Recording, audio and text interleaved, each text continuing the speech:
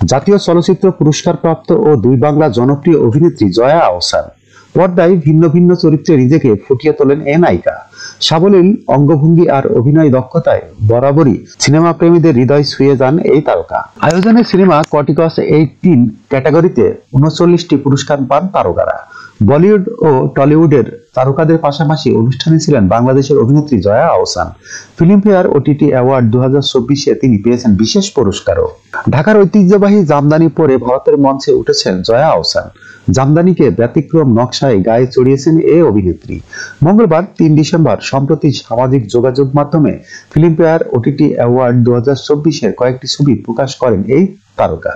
সেই ছবি ঘিরে আলোচনা এখন তুঙ্গে, কারণ জয়া পরনে যে শাড়িটি রয়েছে তার নকশা ও শাড়ি পরার ধরনটি একটু আলাদা। ছবি শেয়ার করে ফেসবুকে জয়া লিখেছেন, আমি যে সংস্কৃতি ধারণ করি, কোনো অনুষ্ঠানে গেলে তা উপস্থাপন করার চেষ্টা করি।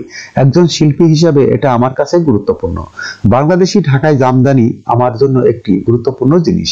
এবার আমি জামদানি শাড়ি গতাগনির উপস্থাপনের ধরনটি ভাঙতে চেয়েছি। এটি করার জন্য ফিল্মফেয়ারের চেয়ে ভালো কোনো জায়গা নেই বলে আমি মনে করি। জয়া আরো লেখেন, এখানে খ্যাতিমান শিল্পীদের সঙ্গে দেখা করার সুযোগ হয়।